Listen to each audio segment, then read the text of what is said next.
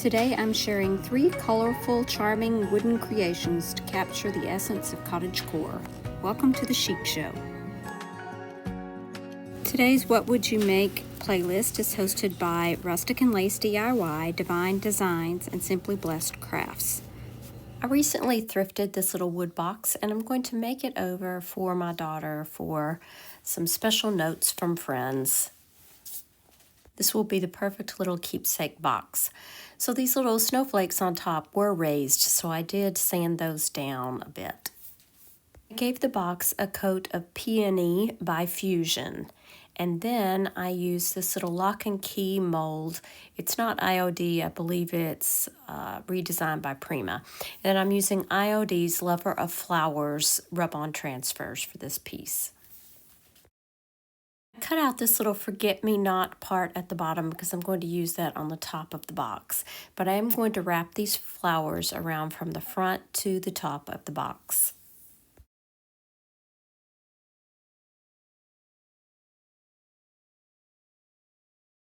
All of IOD's transfers come with a rub-on transfer tool. It's just a plastic stick. You can use a popsicle stick as well, or even a credit card or something of that nature.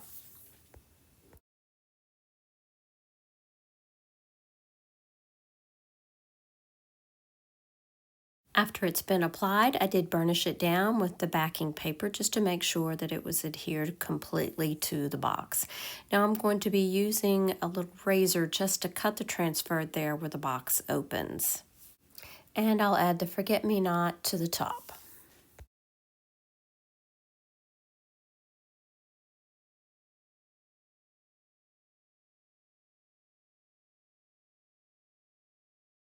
Now this little mold has dried, I'm going to be adding that to the front, but I'm going to go ahead and paint inside the lock part with black paint. This is Fusion, I believe in coal black. There's a little bow at the top, and I'm going to be using that same Fusion Peony pink paint to paint the bow.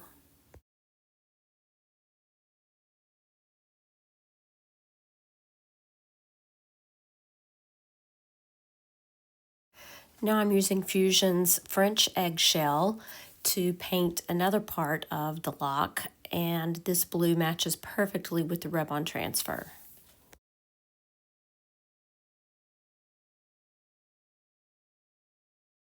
I always like to add just a little bit of gold to my pieces, so I'm going to add this to the lock.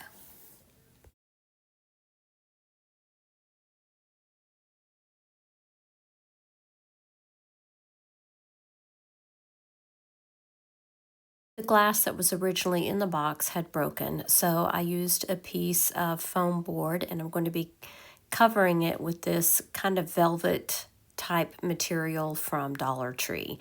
I used this spray-on glue to attach it to the top of the foam board, and then I used hot glue in the back.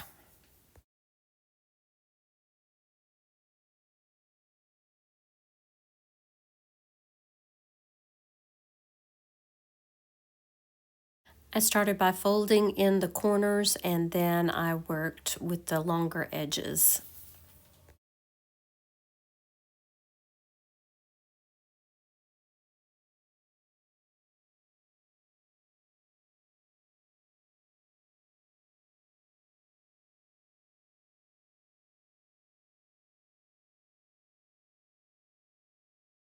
Now for the other side of this insert, I'm going to be using this canvas pad from Dollar Tree.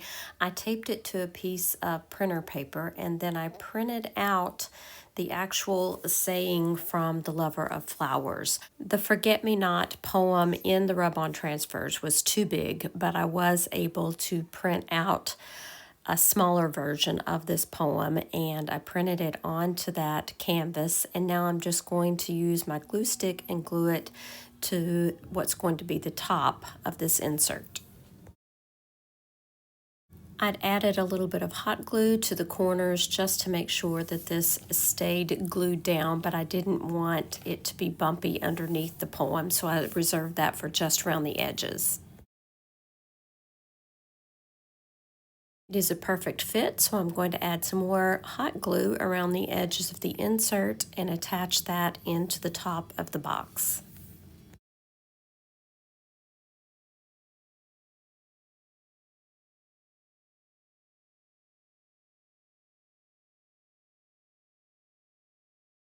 I felt like I needed to do something inside the bottom of the box, so I used the ephemeral type stamps from IOD just to finish this little section off.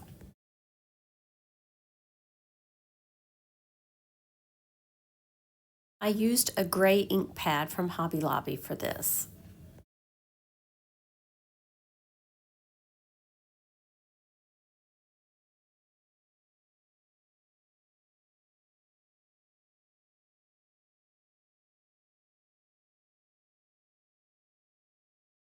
Felt like I needed to bring out the details of that little bow a little bit more, so I used some gold rub and buff and dry brushed over the top. I then decided that was a little too bright, so I took some white wax and I added that all over.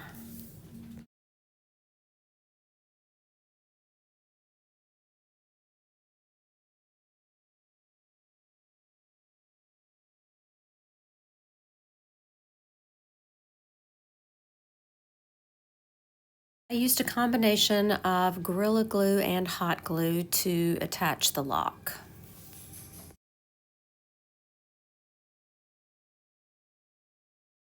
All that's left is to add a little bit of clear wax all over just to make sure that those rub-on transfers are sealed in nicely.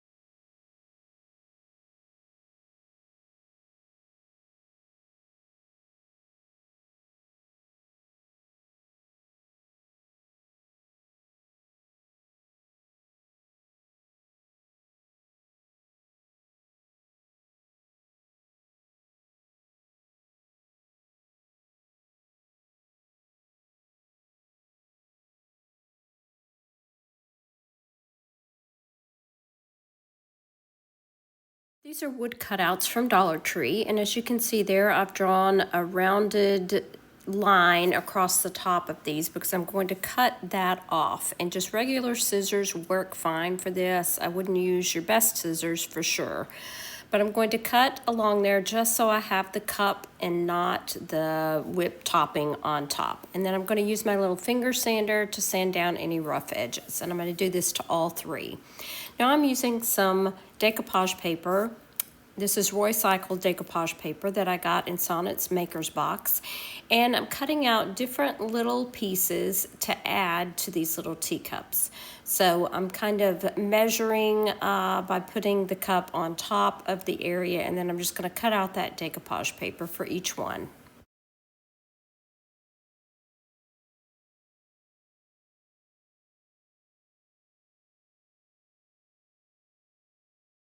I chose to paint the handles on each of the cups with, I believe this is Champness by Fusion.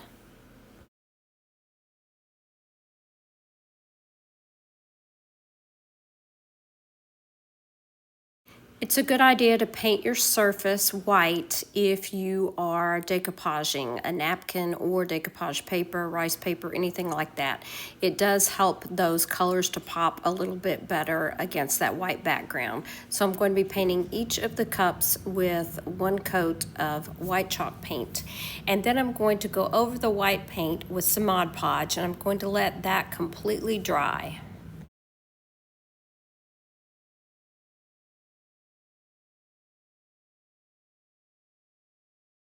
I'm using the iron-on method for these decoupage papers. So I placed each paper on top of the cup that I wanted it on, and then I used a piece of Teflon and my little mini press, and I'm just checking those edges to make sure that it is sealed completely around those edges. The iron does heat up that Mod Podge so that it reactivates and the paper will stick to it. And then I'm going to take my little finger sander and this little emery board and sand off any excess paper.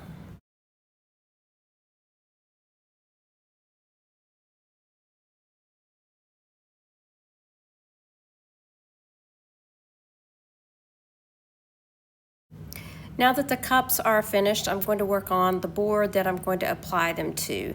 This is a flooring sample from our garage, and I'm simply going to give it 2 or 3 coats of Petticoat Pink by DIY.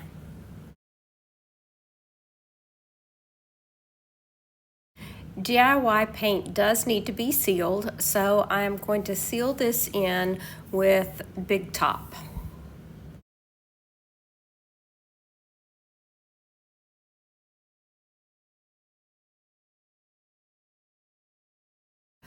Once that has completely dried, I'm going to go back with PintArt's two-step crackle process, and I'm going to apply the first step, and that's the white looking paint that you see here. It does go on clear, and I'm going to give it one coat, trying to work in long single strokes. Once that's completely dry, I'm going to apply the second part, and this is this brown looking paint, which again, it goes on with a little bit of a tint, but that's what helps it crackle. Once that's completely dry, and it doesn't look like it's dry because it does dry shiny, but I'm going to go back with some clear wax, and this will tone down the shine, but it will also allow this next step to work a little bit easier. I'm using some black wax, and I'm rubbing that on to bring out some of the crackles from that PintArt crackle process. And the clear wax allows me to be able to wipe this black back a little bit, so it acts kind of like an eraser. Once I have applied the black, I wanted to go ahead and apply some brown wax as well. And this is Jolie's dark wax. And I'm just going to use the same process and let some of those cracks and imperfections come through. And using that same brown wax, I'm going to go around the edge of the cups where I cut them and all along the edges.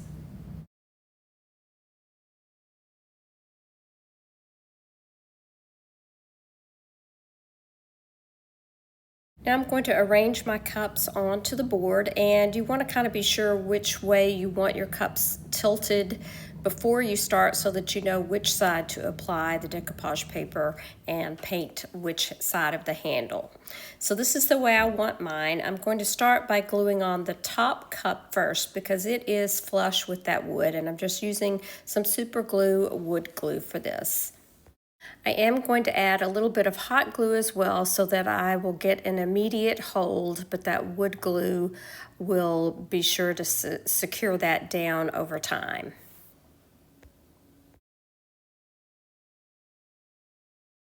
Because the other two cups are not going to be flush against that piece of wood, I'm going to add a piece of popsicle stick to the back of each one of those.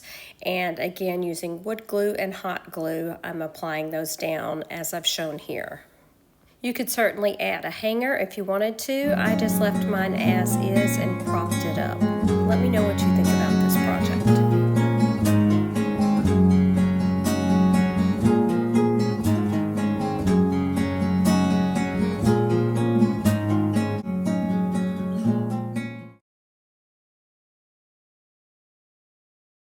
This little box is from Dollar Tree, and I'm going to be painting on the top, which is actually the bottom of the box, but it's going to be the top of our project, with Waverly chalk paint in Snow White.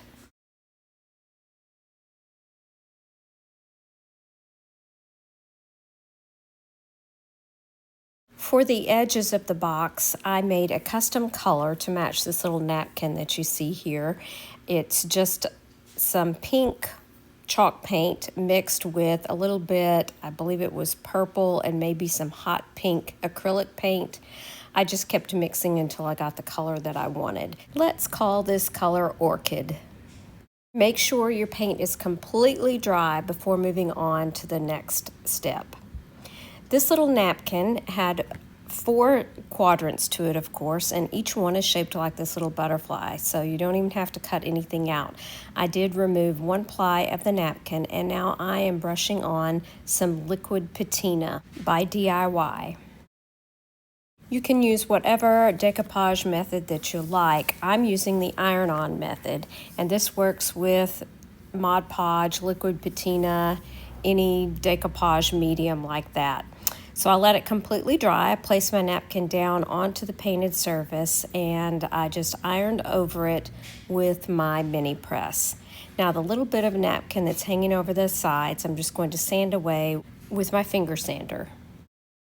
You want to protect the top of the napkin as well as the sides, so I am going to seal it with some more DIY liquid patina. I always like to add a little bit of bling, so I'm using some gold rub and buff, and I'm just brushing lightly along the edges of the box.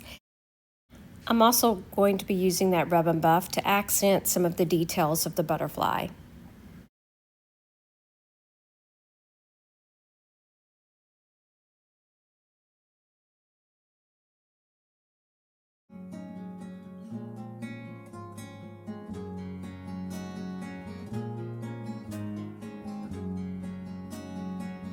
Thanks again to Brenda, Christine, and Tiffany for hosting today's playlist. Be sure and check out their channels and the playlist in the description box below.